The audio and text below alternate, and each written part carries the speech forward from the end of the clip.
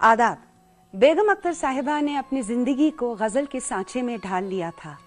वो हिंदुस्तान की मलिकाए गजल थी। बेगम साहिबा फनकारा तो बेमिसाल थी ही, लेकिन इंसान भी बेहतरीन थी। हमेशा दूसरों के बारे में अच्छा सोचना, अच्छा काम को पसंद करना, यंग टैलेंट की हौसला अफजाई करना और उस्तादों का काम लोगों तक पहुंचाना, इसी में वो हमेशा जुटी रहती थी। इसीलिए जब भी वो मुंबई आती थी तो सी ग्रीन होटल मरीन ड्राइव जहां वो रहती थी, वो एक कल्चरल हब बन जाता था। कैसे कैसे मायनाज लोग उनको मिलने आते थे। कभी उस्ताद अमीर खान साहब आ गए, कभी उस्ताद नियाज खान साहब, फहज खान साहब आ गए, तो कभी हमारे देश के बहुत ही अजीम फनकारा मधुरानी जी, जो इस वक्त 21-22 साल की रही होंगी, जो बेगम साहिबा की बहुत चहीती थी, वो बेटी की तरह मानती थी और जिसका गाना वो बहुत पसंद करती थी और इज्जत भी करती थी, वो भी आती थी। कैसे कैसे संगीतकार मदन मोहन जी, खयाम साहब, जयदेव जी, कैफी आजमी साहब सब मिलने आते थे। फिर तो क्या बात थी, सुबह से लेके रात तक महफिलें लगती थी। कभी शायरी की बात, कभी मौसीकी की बात, कभी गजलों की बात। मैं दूरदर्शन की बहुत बहुत ममनून हूं कि उन्होंने इतना खूबसूरत शानदार प्रोग्राम बेगम अख्तर साहिबा को ट्रिब्यूट पेश करने के लिए सजाई।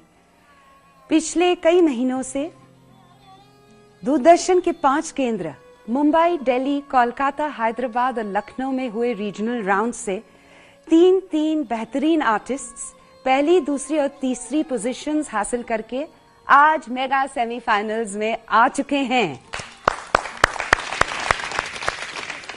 आप सभी आर्टिस्टों को 3 चीजें पेश करनी है। पहला राउंड है बेगम अख्तर साहिबा राउंड। आपको बेगम अख्तर साहिबा की कोई भी गजल गानी है। दूसरा राउंड है सलाम उस्ताद राउंड। उस्ताद शायरों का कलाम आपको पेश करना है। और तीसरा राउंड है मनपसंद राउंड। अपनी कोई भी पसंदीदा गजल आप पेश कर सकते हैं। और आपको परखने के लिए जजेस के हैसियत से हमारे दूरदर्शन केंद्र में 3 बहुत मशहूर हस्तियां यहां मौजूद हैं। पहली जज साहिबा हैं मोहतरमा Shobhana Narayan ji. Miranda House University of Delhi की एक होनहार स्टूडेंट। आप एक बेहतरीन कोरियोग्राफर है और कई म्यूजिकल्स और ओपेराज में आपने न सिर्फ कोरियोग्राफी दी है, लेकिन आपने उसमें काम भी किया है। आप संगीत नाटक एकेडमी और पद्मश्री के इनाम याफ्ता भी हैं। हमारी दूसरी जज साहिबा हैं डॉक्टर विदुषी शन्नू खुराना जी। आपने क्लासिकल म्यूजिक की तालीम ली उस्ताद मुश्ताक हुसैन खान साहब रामपुर घराने से और तकरीबन 60 से ज्यादा सालों में आपने इस खूबसूरत क्लासिकल म्यूजिक की ट्रेडिशन को कामयाबी दी और बरकरार रखा। आप न सिर्फ एक वोकलिस्ट है, बल्कि एक बहुत खूबसूरत कंपोजर है, एक्टिविस्ट है और म्यूजिकोलॉजिस्ट भी है। लोग हर मोड़ पे रुक रुक के संभलते क्यों हैं? इतना डरते हैं तो फिर घर से निकलते क्यों हैं? ऐसी सादगी और मासूमियत आपको डॉक्टर राहत इंदौरी के शायरी में ही मिलेगी। खुशामदीद। आप उर्दू के बहुत मायनार शायर हैं। इंदौर यूनिवर्सिटी में आप लेक्चरार भी रहे हैं और उर्दू लिटरेचर में आप बहुत बड़ी हस्ती हैं, इसलिए आपको डॉक्टरेट भी मिला हुआ है।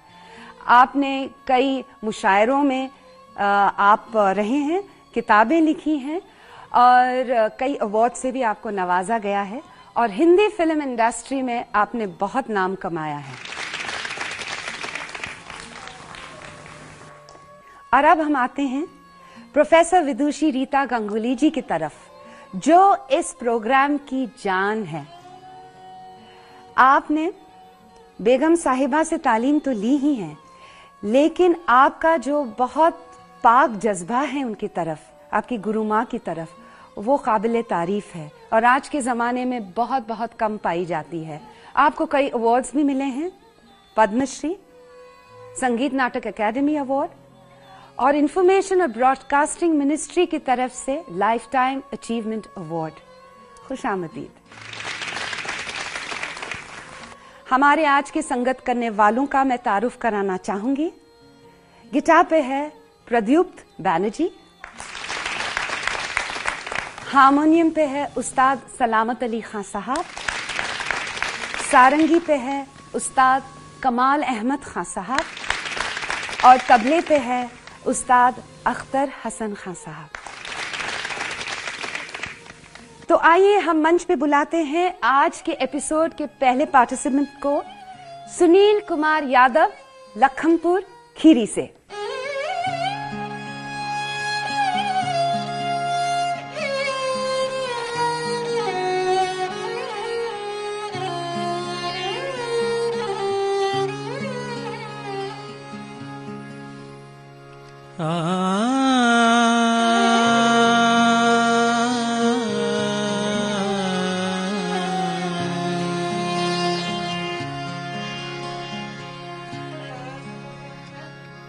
अब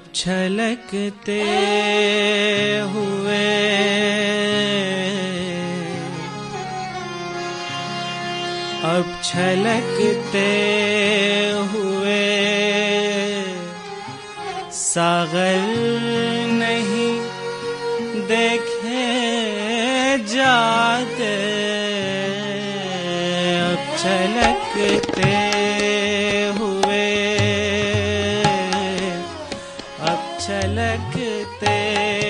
हुए सागर नहीं देखे जाते। तौबा के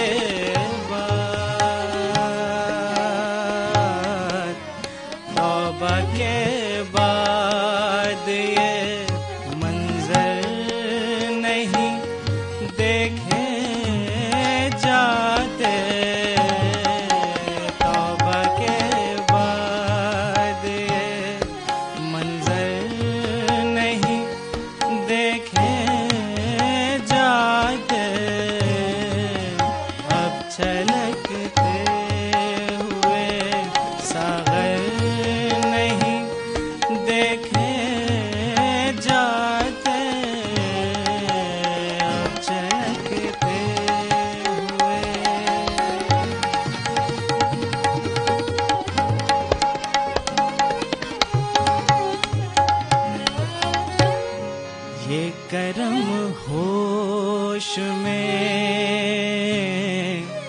ये करम होश में रहकर नहीं देखे जाते।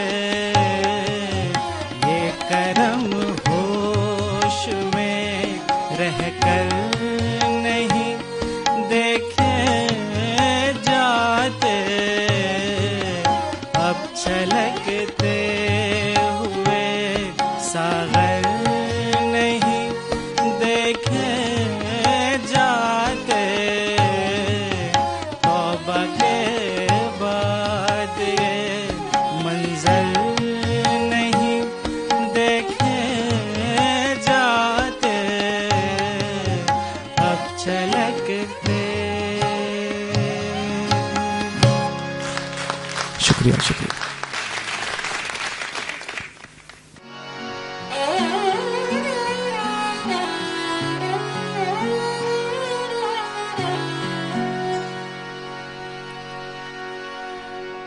बाजी चाहे इत्तेफाक है, दुनिया मेरे आगे।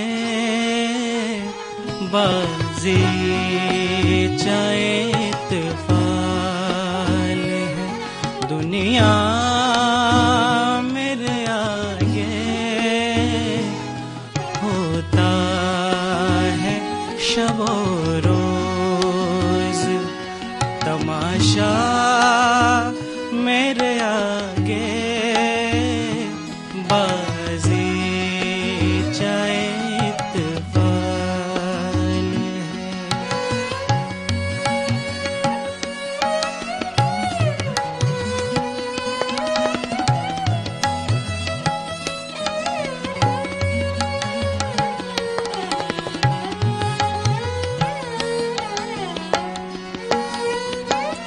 मत पूछ के क्या हाल है मेरा तेरे पीछे, मत पूछ के क्या हाल है मेरा तेरे पीछे।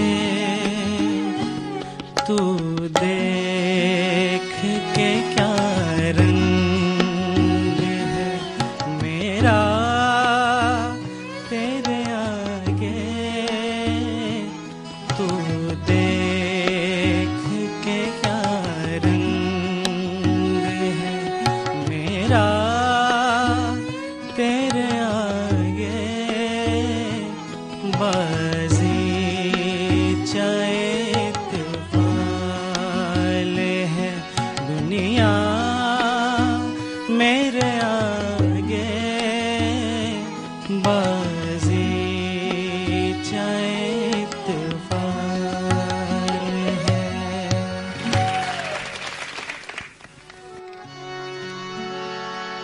अब कहाँ हूँ कहाँ नहीं हूँ मैं,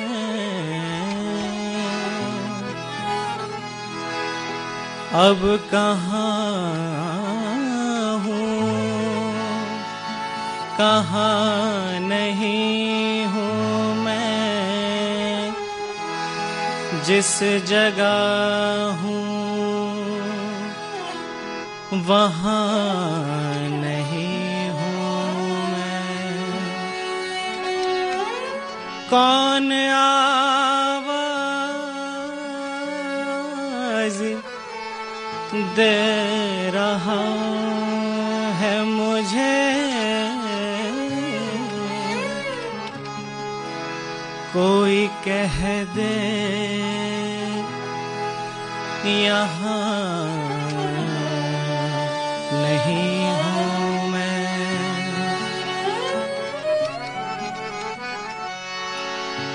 मैं हवा हूँ कहाँ वतन मेरा, मैं हवा हूँ कहाँ वतन मेरा,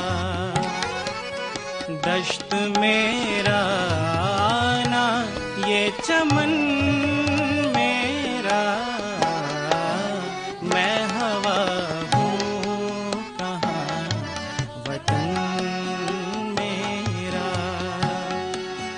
मैं हवा हूँ कहाँ वतन मेरा।